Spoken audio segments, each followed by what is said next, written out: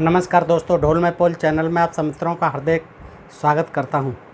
दोस्तों, आपकी और हमारी जिज्ञासा रहती है कि श्री कृष्ण की 16,000 रानियां थीं और 8 उनकी पटरानियां थीं।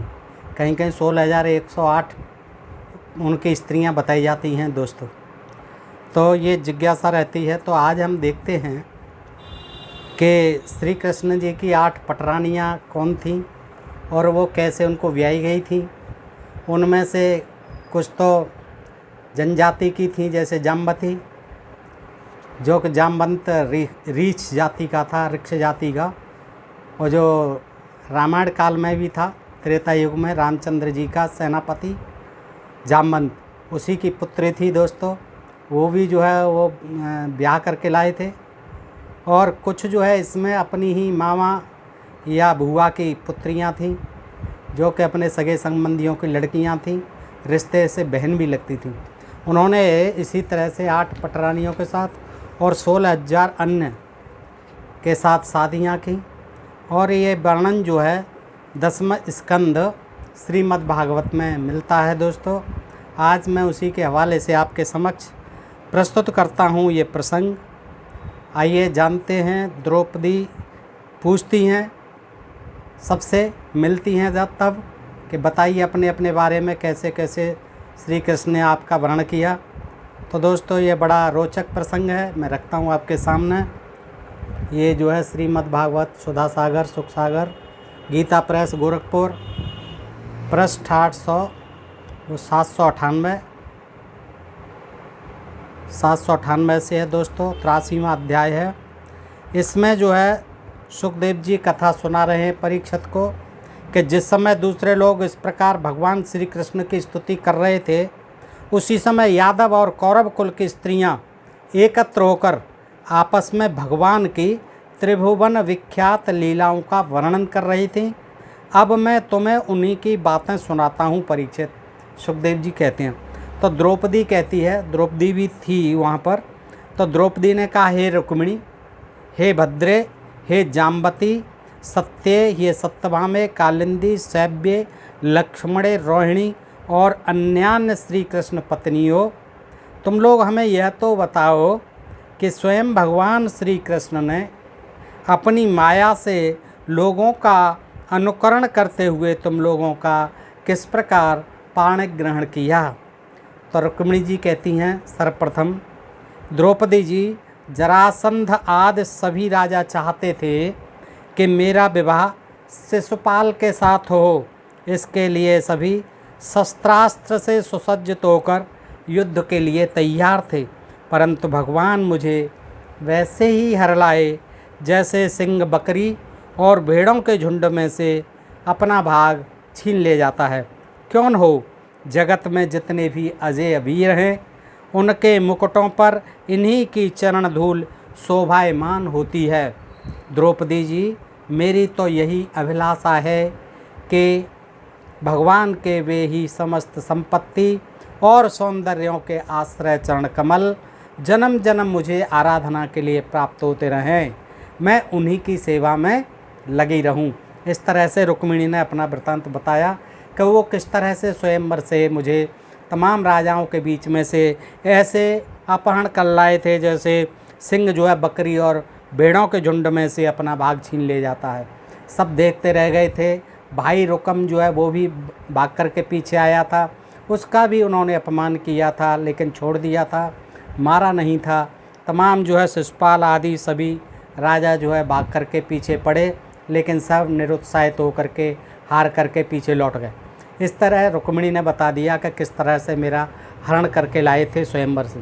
अब सत्यभामा ने कहा, दूसरी पटरानी सत्यभामा हैं, द्रौपदी जी, मेरे पिताजी अपने भाई प्रसेन की मृत्यु से बहुत दुखी हो रहे थे। ये मणि जो है खो गई थी, स्यंतक मणि, और उसको जो है प्रसेन जितने इन्हीं के ऊपर लगा दिया था आक्षेप श्री कृष्ण के ऊपर कि इन्होंने देखी थी और यही चुरा ले गए। तब जो है जा कर के ये जामवंत से छुड़ा के लाए हैं वहाँ से गुफा से, और जामवंती से शादी की है। उससे पहले ही सत्यभामा के साथ भी शादी जब स्यमंतक मणि ला करके दे दी है, लेकिन प्रसेन जो है, जो भाई थे उनके, उस मृत्यु की खबर से मर गए थे।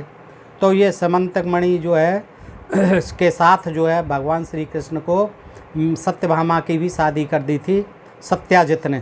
तो इस तरह से वो कहती है, मेरे पिताजी अपने भाई प्रसेन की मृत्यु से बहुत दुखी हो रहे थे, अतः उन्होंने उनके वध का कलंक भगवान पर ही लगाया।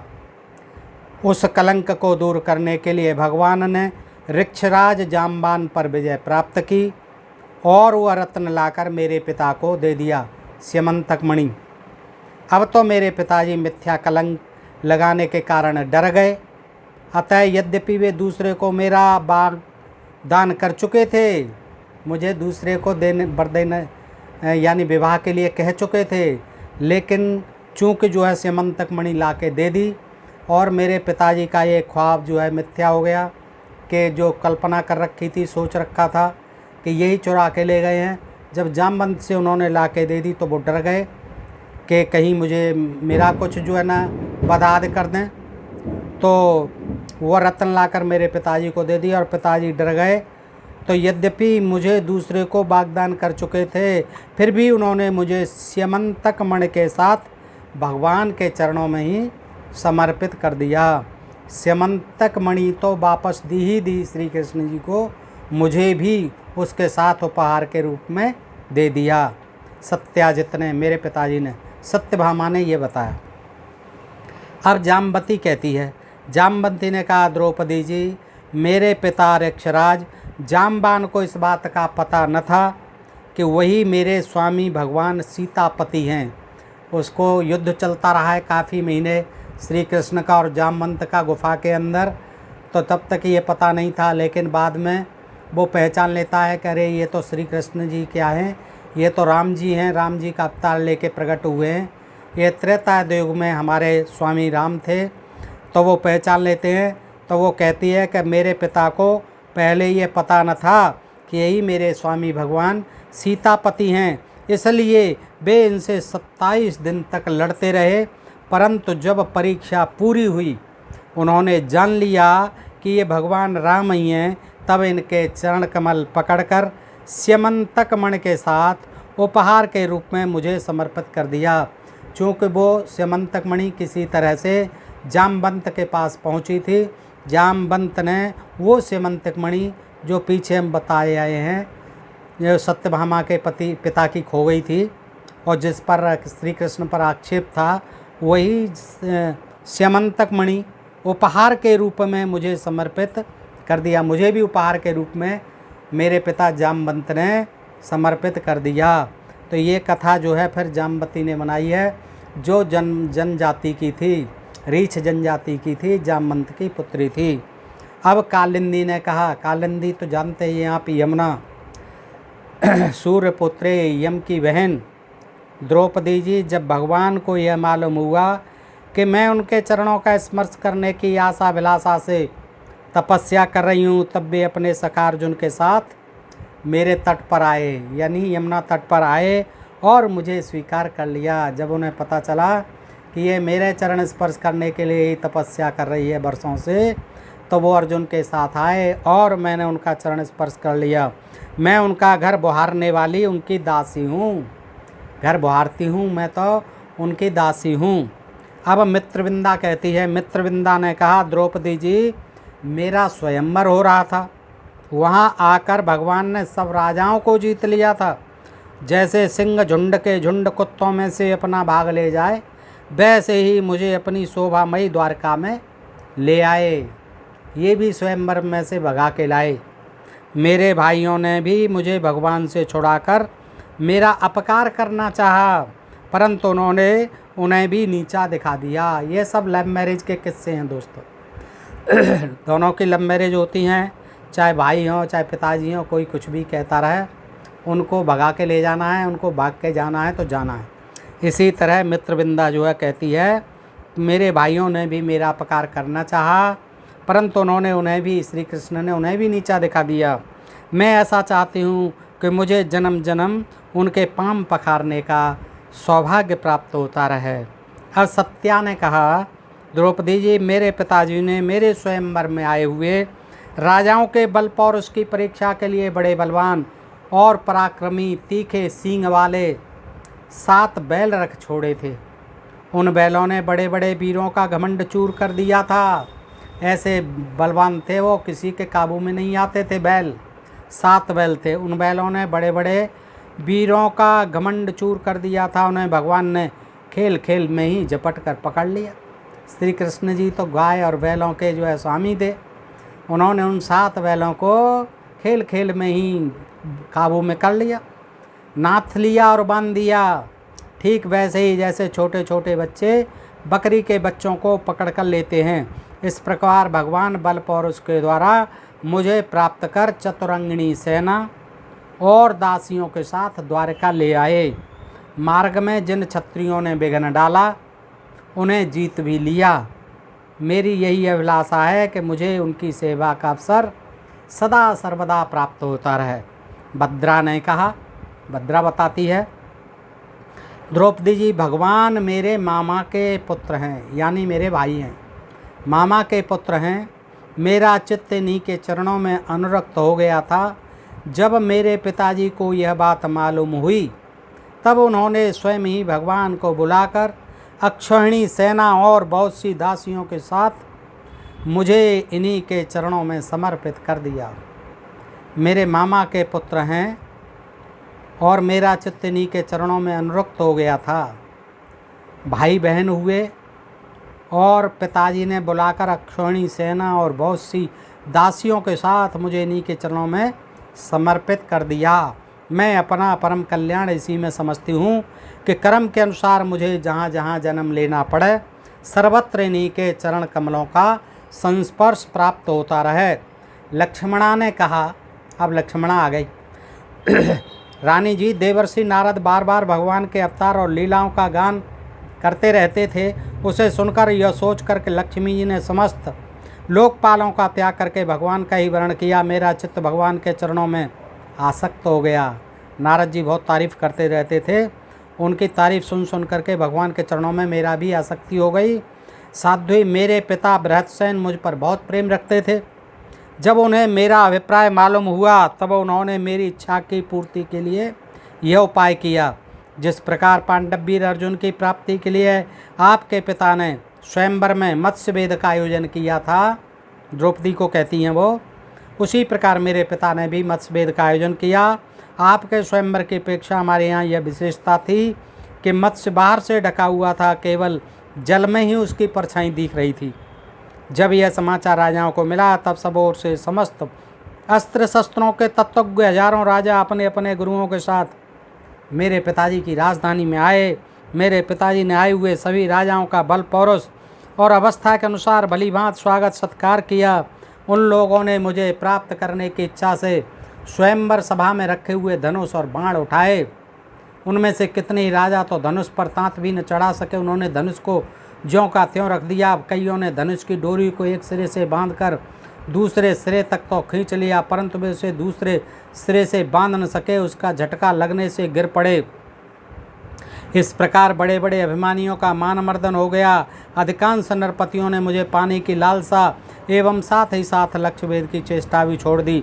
तब भगवान ने धनुष उठाकर खेल खेल में, श्री कृष्ण जी भी थे वहाँ, अनायास ही उस पर डोरी चढ़ा दी।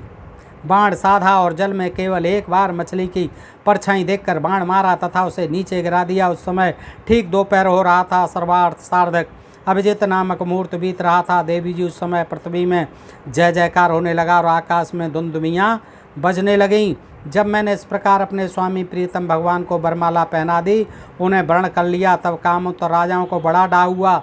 वे बहुत ही चढ़ गए। चतुर्भुज भगवान ने अपने श्रेष्ठ 4 घोड़ों वाले रथ पर मुझे चढ़ा लिया और हाथ में सारंग धनुष लेकर तथा कवच पहनकर युद्ध करने के लिए वे रथ पर खड़े हो गए।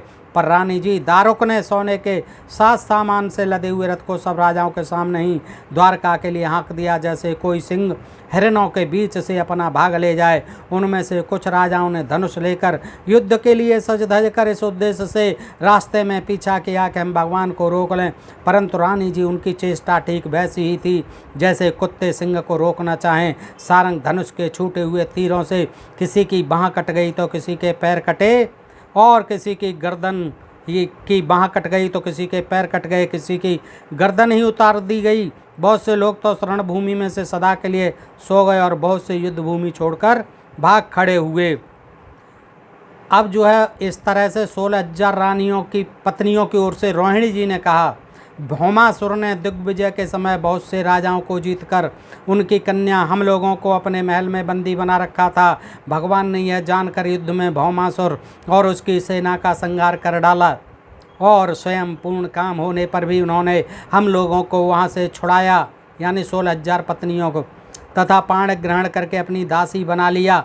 रानी जी हम सदा सर्वदा उनके उन्हीं चरण कमलों का चिंतन करती रहती हैं। ये जो है रोहिणी जी ने बताया द्रौपदी को, जो जन्म मृत्यु संसार से मुक्त करने वाले हैं। साध्वी द्रौपदी जी, हम साम्राज्य, इंद्रपद अथवा इन दोनों के भोग, अणिमा आदि ऐश्वर्य, ब्रह्मा का पद, मोक्ष अथवा सालोक, सारूप्य आदि मुक्तियाँ कुछ भी नहीं चाहती। हम केवल इतना ही चाहती हैं कि अपने प्रियतम प्रभु के सुकोमल चरण कमलों की वह श्रीरस सर्वदा अपने सिर पर बहन किया करें, जो लक्ष्मी जी के वक्षस्थल पर लगी हुई केसर की सुगंध से युक्त है। उदार शिरोमणि भगवान के जिन चरण कमलों का स्पर्श उनके गौ चराते समय गोप गोपियाँ भीलने, तिनके और घास लताएं तक करना चाहती थी, उन्हीं की हमें भी चाह है। इस तरह से ये वर्णन जो है दोस्तों, इसे 10वें स्कंद से रखा श्रीमद् भागवत से। बताइए आपको यह प्रसंग कैसा लगा, कमेंट करें। और दोस्तों ऐसे ही प्रसंग सुनते रहने के लिए अपने प्रिय चैनल ढोल में पोल को सब्सक्राइब करते रहें। आज के लिए इतना ही, आगे मिलते हैं किसी ऐसे ही प्रसंग के साथ अगली वीडियो में। तब तक के लिए आप सबका हृदय से आभार, नमस्कार, जय हिंद, जय भारत दोस्तों।